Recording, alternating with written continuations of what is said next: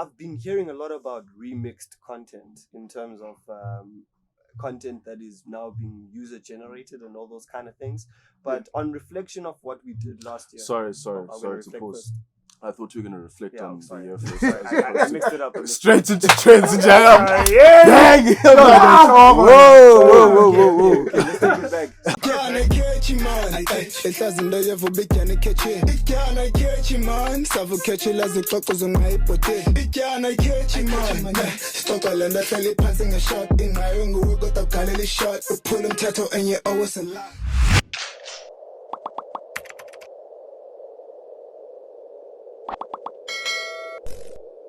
Skibbity Mini is Bhuddas shoes. The Digital Dyans are back at it, and we are giving it back to you.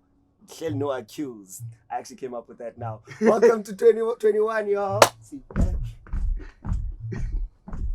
I'm more excited than Is the that the backlash young polo? No, I don't know. like, What caffeine okay, were you on right now? Hey fam, you know, my New Year's was very interesting. Welcome back, gents. Thank you very much. It's lovely to be back. 2021 looks like it's heading to be the same as 2020, unfortunately, but Much of the same. let's keep it going. Yeah, no, man. 2020 was quite a wild year, but yeah, getting a lot of 2.0 vibes. We got the VSOP, different variants. Yeah, it's gonna be an interesting year. I've been hearing a lot about remixed content in terms of content that is now being user generated and all those kind of things. But on reflection of what we did last year. Sorry I'm to gonna reflect pause. first. I thought you were going to reflect Yeah, on I'm the sorry. year first. Sorry, I mixed it up. Straight into trends and jam. Yeah. Bang! Whoa. Okay, let's take it back. Skibbity means Bhuddas shoes. Yes, indeed, we're back at it again, and clearly no accuse. What's up, gents? What's going on? Welcome back, everyone, to 2021. Welcome to 2021. Hopefully 2021 is a lot better than 2020. Happy New Year, Happy. 2021. And as usual. It's gonna be an interesting one. We've had a wild year last year. Let's hope we just hit the ground running this one, this time around, and hopefully it's a better time. It's a better 365 days for everyone. Yeah. But yeah. And thank you to everyone who's already part of the family. If you haven't, Siku YouTube, we are on Spotify. Please do subscribe, like, comment. We are also on Buzzsprout, where you can get a much more spread out feature of where we are. All our pages have the links. I know mine does, unless You can follow us on Instagram, follow us on Twitter. Watch our stuff there as well. It's going to be fun. You can be our fans on Facebook as well. Don't forget to hit that like button. Yes, indeed. It's always good to reflect, and I think December was a good time for that. And it was a different New Year. I haven't seen too many people pumping through with New Year's resolutions. Yeah. But if I'm looking back and reflecting, one of my favorite episodes, the obvious one, the easy one, has to be the Tyson episode, obviously. Yeah. These are the Digital Dyans, a South African collective of internet-savvy gents from the ex-Hosa culture, not to be confused with X-Men. Although the pandemic separated us, they're still plugged in, and, as ex-Hosa men, ain't no mountain high enough to keep the content from getting to you. What's going on, gentlemen? Those views, I really like that. Just because of the way we were able to just understand him as a person and how his journey actually online started quite a while back and where it's developed to now. Yeah, no, I think there's a lot of sort of moments from, last year which I thoroughly enjoyed in terms of especially the content we created around, community management. So I think, first of all, it would be remiss of me not to try and speak about the narrative currently about the way people perceive community managers, because I think that's probably the first biggest problem, especially in the industry and advertising and marketing, is that it's looked down upon. It's that call center of the digital agency. And I think for me that it shouldn't be like that, because it's underestimating its importance. Because I think that was a major one for me, especially in terms of shining a light on community managers and the art of community management. It's not really something that people give a lot of attention to, so I'm glad we re-raised that and brought it up. Also, I think you can't forget some of the blooper stuff. Siya asking Austin, our Pixel Collective. Yeah. Something I actually, because since the rise from what's been happening with the rise of photographers, and also in terms of your influence in the industry in itself, you've been able, I think, has helped. Well, you've been able to start the Pixel Collective. And how's that journey been? Oh damn, that's a conversation. Yeah! Hey, boy! Is that a difficult one? Yeah. Mama Yoli. What has recently come to my attention is obviously Mama Yoli. Yoli, kena.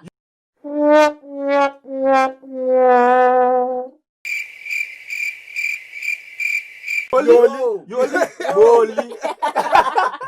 Mama Yoli is my favorite. That was offside. I think that actual that bringing that up needed some VAR. Like we need to look back at that. She played it zoom off into well. the I need to zoom into that. But yeah, I think last year was very cool in terms of how we looked at what was trending in terms of the conversations around digital and social media.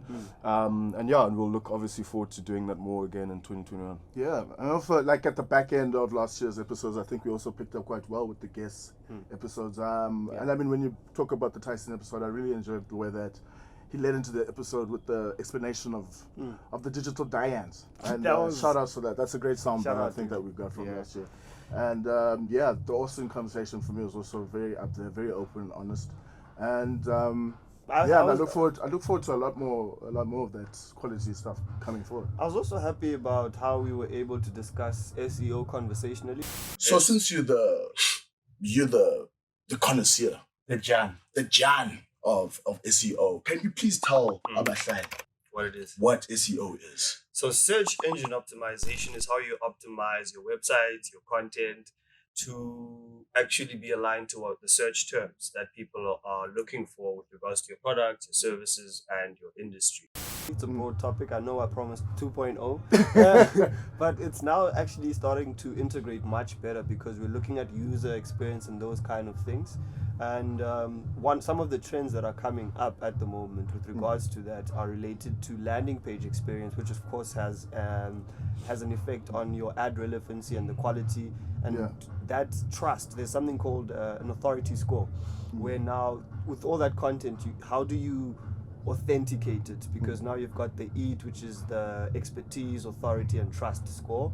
So the medical, if you're in the medical field, you need to have people who actually are qualified in medical. If it's finance, vice versa, because we've seen that there has been some misinformation in certain industries, because it can get very perilous for people if you're providing information and you don't have the qualifications.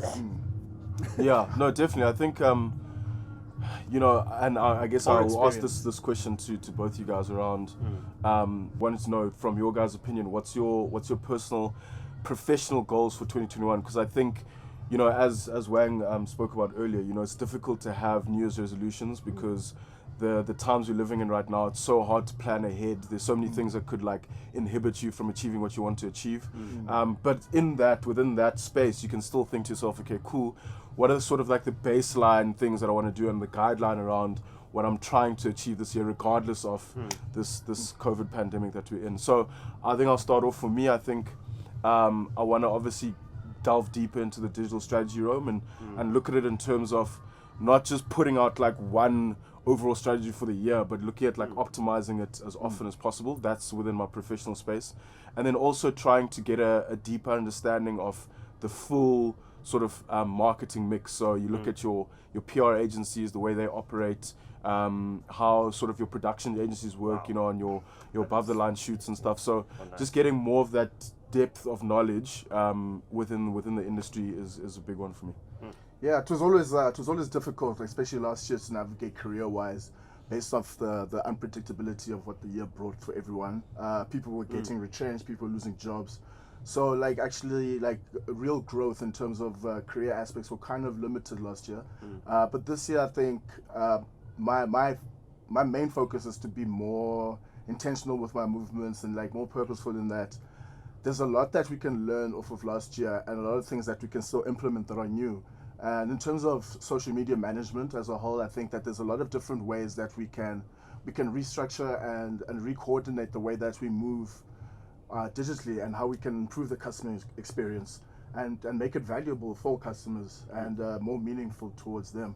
And I mean, there's a lot of different ways that those things can be implemented throughout the year. And it's going to require a lot of knowledge gathering and spurning it out and executing it appropriately at the right times. Nice. I'm going to be looking at industry-specific digital strategies for B2B and B2C, especially in the entrepreneurship and learning and development space.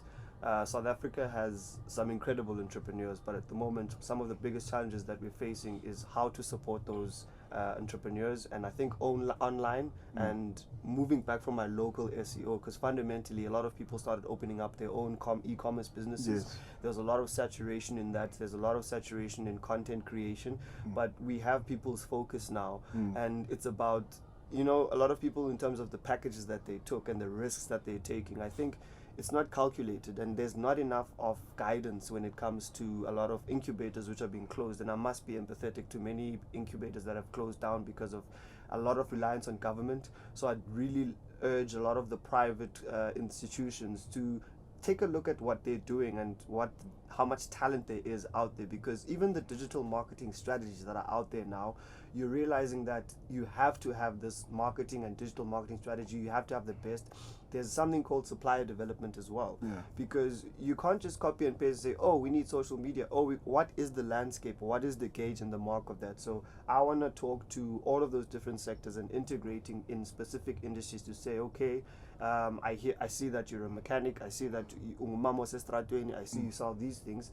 And I think my lesson personally that I learned last year, because we were applying for a lot of things and looking at improving our business and all that kind of stuff, we're stuck on passion. Our biggest fault is passion. Because you've sacrificed all this thing and all that stuff, you're passionate. And at the end of the day, you have these investors who are like, when am I going to get my money back? What are the terms of the return on investment on this? And it's not just that, it's also to test what kind of person you are. A lot of us take for granted that you need the budget, but are you going to be able to be empathetic enough to lead a team? So it's to look at those holistic guidance and learning and development to say, beyond just wanting to be an entrepreneur and sacrificing everything you have and saying it's do or die, how can you speak to a value proposition that will give you and put you at the front of investment instead of feeling entitled or betrayed or feeling exasperated, which is what a lot of our investors from who are dependent on government to a certain extent, and also the people at the end, because the investors are saying there's no entrepreneurs who align with what we want, and on the other side they're like, no, this is not the right type of they're shutting us out, but you don't know what the requirements are, you haven't gone through the process. And I also want to deal with rejection, because the rejection is where I think we can do better in communicating it, and also in how we receive it and move forward from there. Aware. Did any of you just get up to anything in the off-season, December break, festivities? Good December, boss, wasn't good December, boss. You niggas were everywhere. Let me just say, yes, Yo, I got heat. Hardly, I got a bit hardly, but it's let me just fun. say. But But it's Cape Town. It looked good. Yeah, You did well. You did well. Still got to create the content, B. You know what Yeah, I'm saying, I would bro. lie. Live vicariously, man. You Content is life, boy. But yeah, no, Cape Town was Yeah. obviously because Siya and I are from Cape Town, so I did going well. home for me in December is just a normal, obviously standard thing that I do. But obviously it wasn't the same, naturally because of restrictions and all that type of stuff. But I think within that we still managed to find joy in pockets, which is I think the key for people now in COVID is that there's still enjoyment and joy to be had. I think you just have to be very specific, intentional about it and how you go about it. So obviously, be careful and safeguard yourself. And yeah, it was great. We did Kirstenbosch Gardens. We did a trip to Camps Bay, which was very nice. I went on a sightseeing bus in my own home city, famo. I remember. That. But I mean, it was cool hanging out with the nieces as well. And before Cyril dropped adjusted level 3, we were able to plan. I don't like this whole plan ahead of using time. our president's name as a first name. Is that President Cyril does it Ramaphosa. mean anything? Is that like a reflection on how we feel about him? Do we I call think him he's our dad. That's the thing, like Well, we it's have because the they family started meeting. calling family meetings. Family meeting. I don't know why mainstream media are calling it a family meeting. Dog, even the papers are like, yeah, family meeting. I'm like, but this is the news. Yeah, but the credibility of the news nowadays is It's not what it shot, used to be. dude. It's really I shot. don't know how people are Yeah, spending it's 4 years shot. at journalism, varsity at Rhodes, like best journalism Do you know what fucking degree in the country, and then people write people's tweets. What killed me actually. What actually killed me. And Rhodes is expensive, yo. Rhodes, man, Rhodes ain't cheap, But dog. let's talk about the guap though. Maybe you're looking at I don't, how much do you guys getting paid? I even think their That's the contract thing. says stipend still. Doesn't No, even say salary. That's a misconception, dog. That's a misconception. Those people are getting paid, dog. Yo. They're What actually getting killed guapo. me, what killed me a lot was when the Capitol building was getting Getting cash, bro. stormed, and and our boy Donald dropped a Twitter video. I mean, I'll even call the leader of the free world Donald, because that's all he deserves. he's Fuck shot that. as well, like, He drops a Twitter video after Biden told him to come outside, and that's like, you know, Have you- how powerful social is. you know what? But then he got suspended soon after that for similar things. How is so- the world gonna be without Donald online now? I don't know, safer, I think. A little bit Definitely less, safer. a little bit more predictable, I wonder- Less racist. less racist. Less racist. It will be a better world, is what I think. Yeah. And it leaves us with the legacy of fake news. These Exactly. yeah. Which Yeah. is actually going to boom a little bit more, I think. That's with- why with- that authentication is important of Yeah. information. Like even your parents, my mom, I'm like, but mom, where did you get this? Like, who is this person? Oh, those WhatsApp groups are popping with the links. Yeah. But they're getting great. Like some of the pop-ups are actually being targeted. The pop-ups literally talk about very relevant people. So you have a picture of President Cyril Ramaphosa or some famous South African person, Elon Musk, and then they'll say South African makes billions, bah, bah, bah. Yeah. And then they'll have like Daily Mail. Oh, that's those clickbaity Yeah, jobs. but also South Africans are very susceptible to dramatic content. It's just who we are, to be honest. So Sensationalist yeah, stuff. sensationalists, and I believe don't in know. miracles. Yeah, definitely. And I think and that will definitely continue in 2021. I think I think people were remarking that like we were 7 days in, and the amount of shit that had happened Yeah. within the first 7 days was Yeah. just unbelievable. I wonder, Sanele, if it will actually maybe exacerbate the knee-jerk reaction because we're waiting for shit to happen. We overcompensate in terms of the response, or are we ready? Which one is it? Yeah, no, I think that's just in the nature of who we are as South Africans, the way we grow up, the way we have to live in this country, the way our government is running us. There's a lot of crime, poverty still, so a lot of those things still exist in our environment. So I think us understanding that that's who we are and that's the way we react to things it becomes a self-fulfilling prophecy. So everyone knows that that's how we're going to be, so then you end up just doing that thing because it's the most natural. That's deep. But I who think it's- narrates it though? I think also like in terms of the fact that everything now is so unpredictable and also very temporary. Consumers are getting a little bit more critical in the way that they actually navigate how they buy things, how they consume things, and how they view things. So like it's like a new level of super consumer, and I think that's something that we spoke about at the end of last year. So it's you have to be very, very personalized with the way that you speak to consumers this year. And I mean, starting from when this started last year. So I mean, I think that's only gonna grow and become more granular and more targeted. And I mean, like when you come back to the movement of people from WhatsApp to Telegram. People have they done the research behind this Telegram? Because even the whole idea of business, is it businesses' information that is going to be shared, or is it individuals? Who That's does it the thing. impact? The sharing of information between WhatsApp and Facebook has been happening since Mark Zuckerberg bought WhatsApp. There's nothing really new that's going to change. Under the sun. It's just going to be a different level of privacy, and the end goal for it is for better targeted ads. It's for that hyper-personalized experience that you'll get from it based off your interests and But your that's likes. that's the positive side. That's the positive side. But people are worried that the FBI are going to look at their nudes or But like. they But no one probably have already. But no one cares And can I about your ask a stuff. quick? That's like, what I'm about to that say. much. Like honestly, do you think that you're that important that they want to see how there's a whole profile? Maybe in our minds we imagine that there's a whole profile. Wait, don't you guys put like a sticker over your work laptop Yeah, camera? we should. Yeah, by now you've 'Cause seen. They've seen. damn, They've bro. seen. I should be charging an they've seen the- OnlyFans. That's what I'm With saying. that That's what I'm camera, saying. bro. It's Next too late thing, now. Zoom meeting. You forgot to turn your video off. Benzile, that almost happened to me once, by the way. Like really, that's a true story. That's a true story. Oh man. Yeah, no, I'm saying if you Zoom want to, etiquette is key, guys. Don't forget about that I shit. just wish they pay subscriptions for this. Man, no, listen, I was actually in a very, in that environment where you're like the most junior person. Yeah. And this was like a broadcasting environment. I didn't know that the sound was on. And then I was like, and then I just see the boss lady answer, Wasanga and Siya. I didn't even say sorry. I was like, I typed sorry and then I chilled. So it actually happened. It's a wild grunt, man. But I like what you said, Sia, in terms of brands enabling people and the platforms, because I think one of the things that a lot of the top platforms like Facebook is allowing people and sharing tools, for example, so that you can use it and you're like, oh wow, I can do this myself. That actually gets you to buy into the premium and understanding. When you understand the product and the value it has, you definitely will invest. But it's all that freemium and then it transferring translating into premium. But you see things like when I was saying industry-specific strategies, for example, now schools are having to teach online. So now you're equipping the children online, you're equipping the educators online. Private schools got shut down just now because of COVID, but the private school parents, there's a beautiful community out there because you'll find that there are some middle to lower income earning families, but they want the best for their children and they're at these elite schools. So a child doesn't have equipment now. The schools that I work with, what I love is that they actually say, you know what, no child gets left behind. So they actually band together and provide these fees to the schools.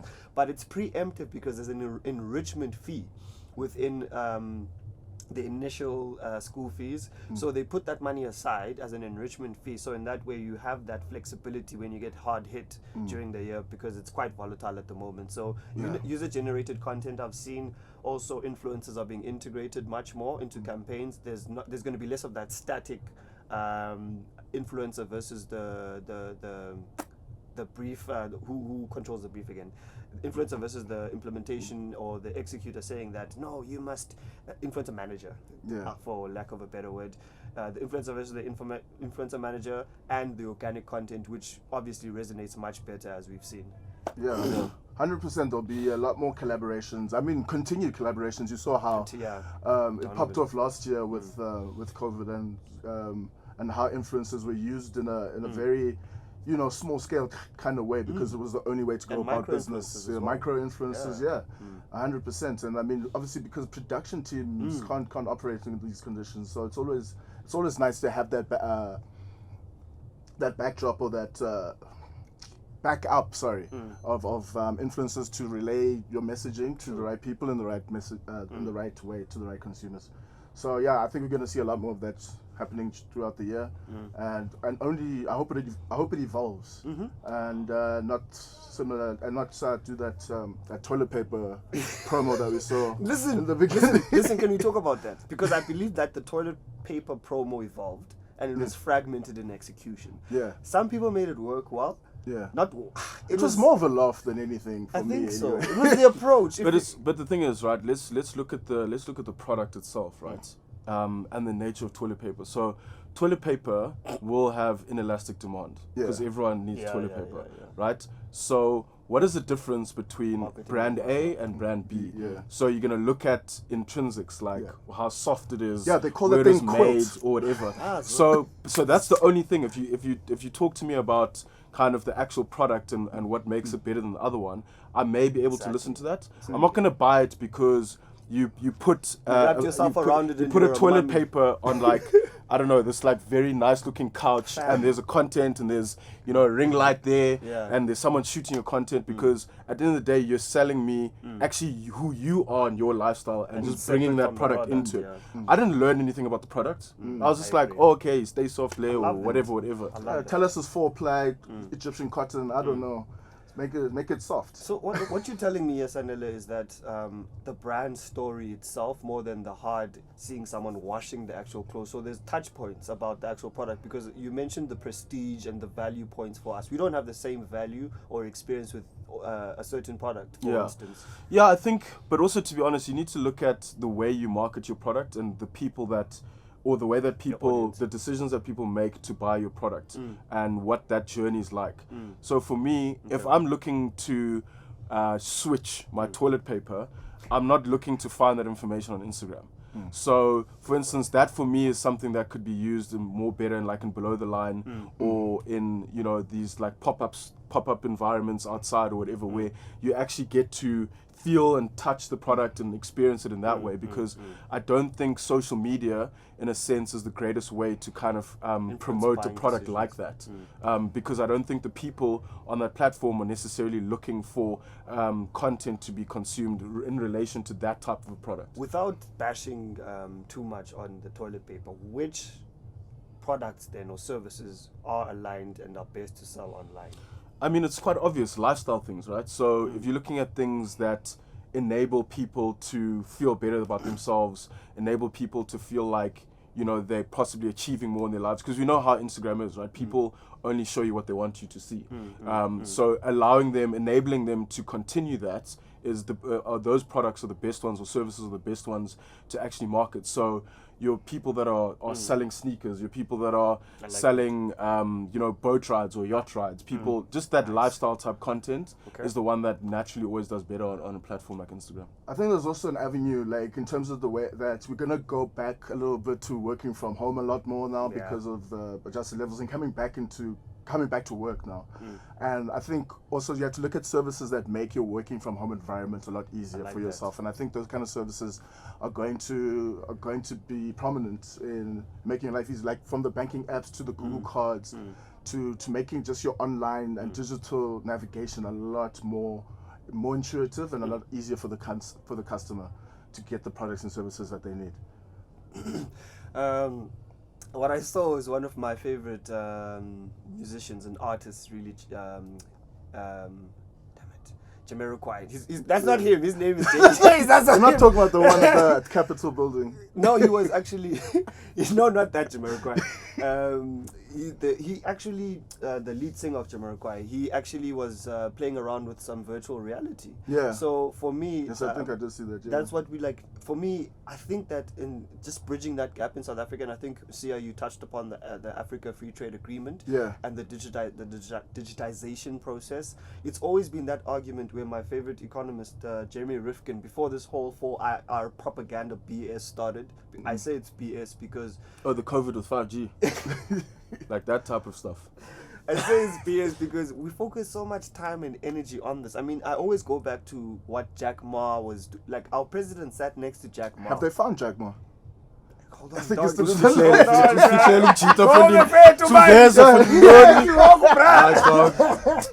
So like what annoys me is that concept and implementation aspect of like we always take these concepts that we're not ready to integrate. So I go back, so that's why I'm putting 4IR at the side because it's been promised for so long, but we're putting the horse ahead of the cart here because you've got children who's got grumbling stomachs who can't hear the teacher talking, and you give them iPads and paperless boards. Are we even on 2IR? Fundamental things, you know. And we're still in the Stone Age. Still in the Stone Age. You know, you still have load shedding, and you cry load shedding plus COVID. There's water outages, bro. It's the ghetto. I'll even take it back to what they tried, and they did a beautiful job of making like the schools in the townships. Shout out to Panyaza Lesufi and the Gauteng Education Department. Conceptually, it was great. I'll give them props for the nutritional scheme and all those kind of things. Feeding the kids, you know, making sure that they're prepared to learn. That's more important than putting screens on people who can see it because it's blurry because they're flipping hungry. But now, what I want to talk to is that idea of the infrastructure related to allowing digitization process. You know, one of the biggest things that I did when I went to the Human Settlements Department was looking at all these annual documents. You spend so much money to get these documents that analog binded, lifestyle. and this analog. So now moving from paperless to analog and all that, how do we inform that and fundamentally say to government and say to private even, because we can't just look at it adversarially like, private is investing, we're going to trust private. Everyone should invest. Private and public. You should come together and say, listen, these are the gaps we have in supply chain. How do we create the entrepreneurs? How do we prepare them? This is what we want. This is the template. And the rejection process as well. When you reject someone, you say, my boys, you're not particularly ready for this one. You can go on a learning and development course. That's where government can then come in and be like, you know what, we'll pick up that end, we'll prepare them, and then we funnel them back in. It's almost like you think government likes that hard work. They don't. If you look at, I know, it's just the nature of the situation. Why I'm doing this is because I know there are dedicated people who are working in government. But I don't think they're not many, but they are. If you look at the general sentiment of South Africa and its citizens, I don't know if there was a poll what the government approval rating would be right now, and in terms of the trust that we have for them. They've squandered a lot of money during the pandemic, and I agree with and we don't know whether they'll be able to deliver on things like those. That's why vaccines. I mean, I don't even know when it comes to the vaccine. This blows my mind. Hey, dog. Is that the first phase is going to go to government and frontline healthcare workers? No, why government? Because I don't think it'll make it past.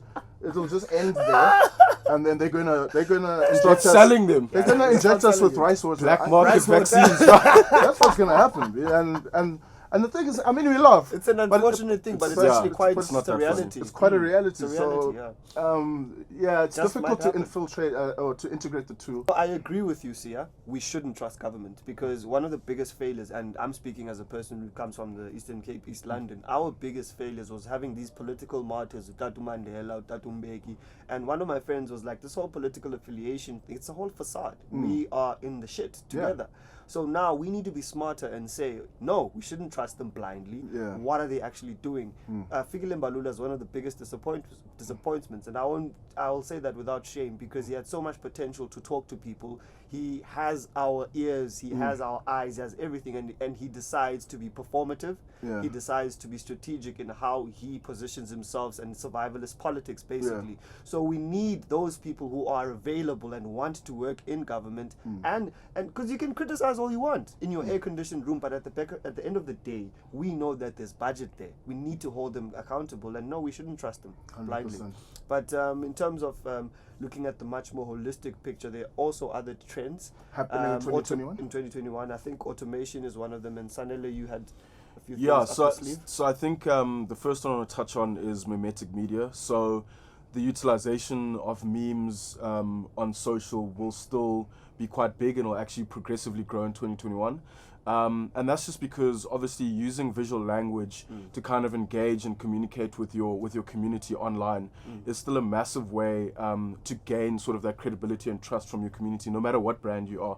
And you can see memes are being used left, right, and center, mostly on Twitter, but I think also there is a cross use on Instagram as well. But it's obviously a great way for people to communicate and show their emotions and feelings outside of text when they're conversing with each other. And I think as brands, you need to, obviously we always speak about how brands need to humanize themselves and stuff. And First I think, question: yeah, are there people who are, hey, is meme don't company busy? What is it? mimetic media. Mimetic media.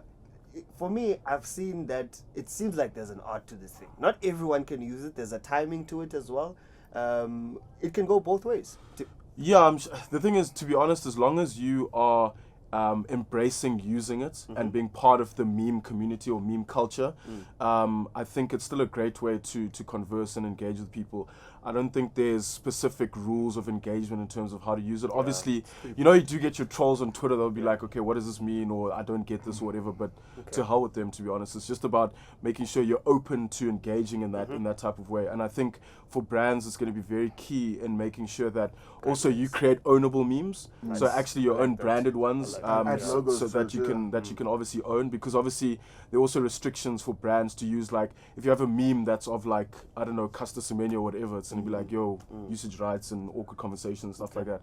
So I think, you know, on one of the brands I work on, we're developing our own memes so that we can use, and it's stuff that you can on a production shoot for whatever, you can just say, okay, cool, let's shoot these things that are meant to look like memes. So you do that when you're doing your shot list, you know, okay, already in terms of the content you'll have from this, you've already got planned memes to use post that. So that's a big one. The reason why I asked, sorry, is because Wendy's actually went and used a meme once in America where they didn't realize the connotation was racist. So, you know, when we go gung-ho and we say, hey, memification, get us memes, put us in this plan, I think that those guidelines you mentioned are going to be quite important to say, hey guys, has the research behind this gone? What is the idea? What is the concept? Instead of one individual being too autonomous about a very new concept. Yeah, definitely. I think also like there's a niche that is untapped. Well, I think it would be a niche here in South Africa specifically. But when it comes to Reddit, it's a whole market of memeable content that I think is largely untapped when it comes to South African markets. And it's so easy to find the subreddits that will fit into your industry, into your vertical. And it will be a lot more marketable using promoted adverts in those specific subreddits. And because even the communities on Reddit are, for the lack of a better term, more intelligent than other platforms. I agree. So yeah, and I think it's a very untapped market in this, and I think it should be penetrated quite heavily this year. Yeah, it talks to that customer resource and just allowing a lot of the heavy work to be automated, because when you have that community that answers, I've seen it a lot with of women when it comes to Facebook communities. If you create that amount of information and education and learning and development, they end up becoming those super influencers you talked about. Yeah. So they know more about your brand before your community manager actually responds. Someone will say, oh, actually they're open at this time and that other time. So it's that The community helps itself, yeah, it's that continuous push of looking at our brand, what is the responses. And I think, Sanele, what you mentioned about reiteration, because it can't just be a stop and start to say this is our 12-month plan, but things happen in between. So how do we reiterate and optimize in terms of the content itself as things happen with regards to that? Yeah. No, and the other one I want to touch on is nostalgic marketing or nostalgic media. And I think the consumer insight there is brought across because of COVID and the mentality of consumers right now. You know, people are sad, they're down, they're depressed, they're losing family members, friends. And I think, you know, people now want to reflect on past good memories. So pre-COVID memories, for lack of a better word. Living in the moment. So looking at, you know, things that you've achieved in your life, places that you've visited, travel will definitely be big.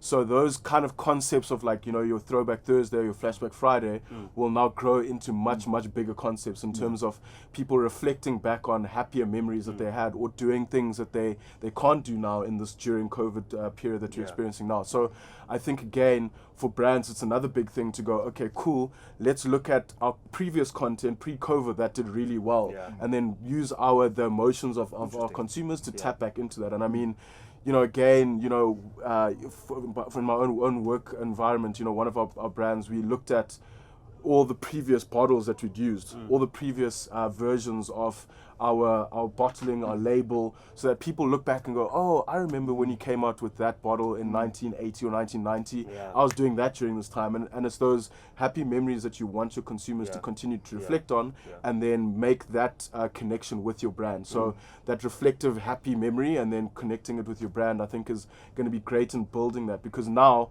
that you're restricted in the type of happy memory content you can build now in this COVID situation. 100%. And I think also another thing is that we saw at the end of the year was was Twitter adding fleets into their service offering.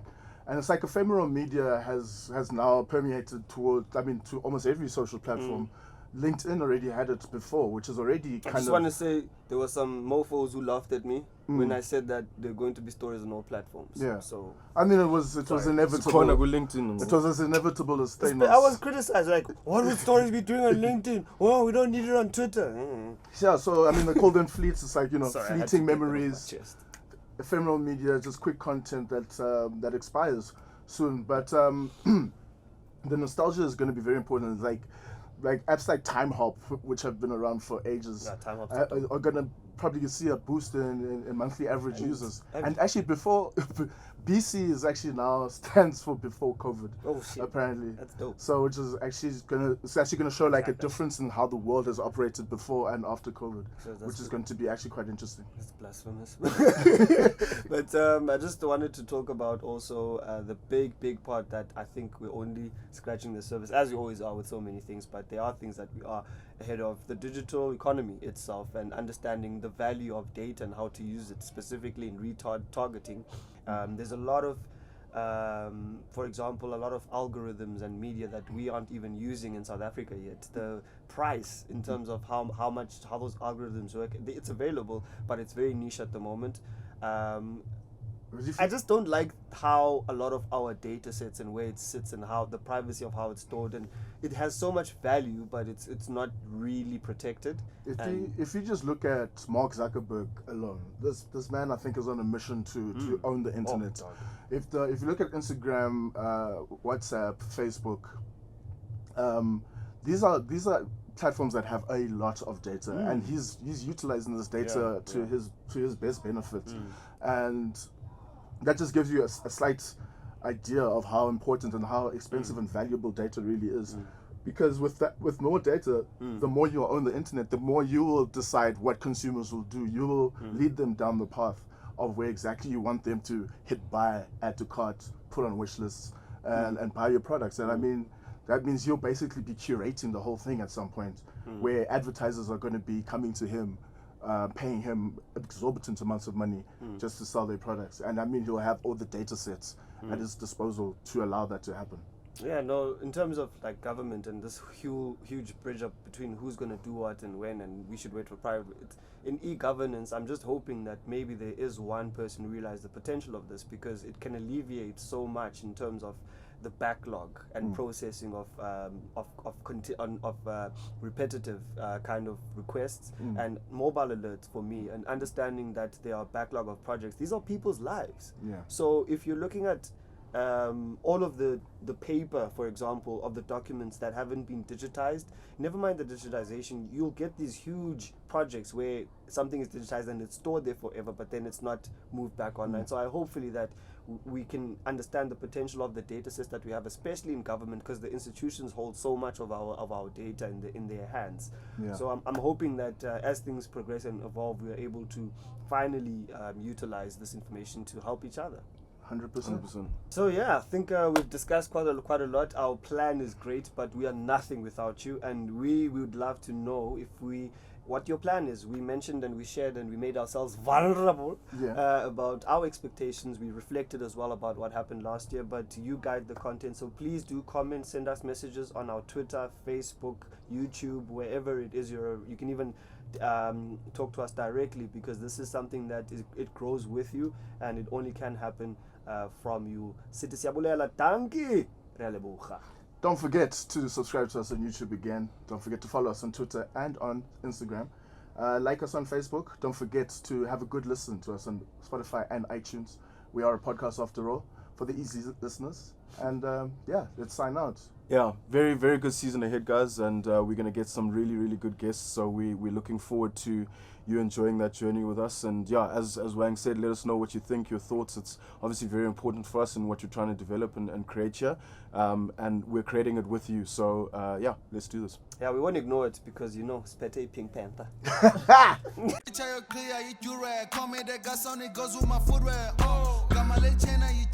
Drip on a daily, you know that I do that.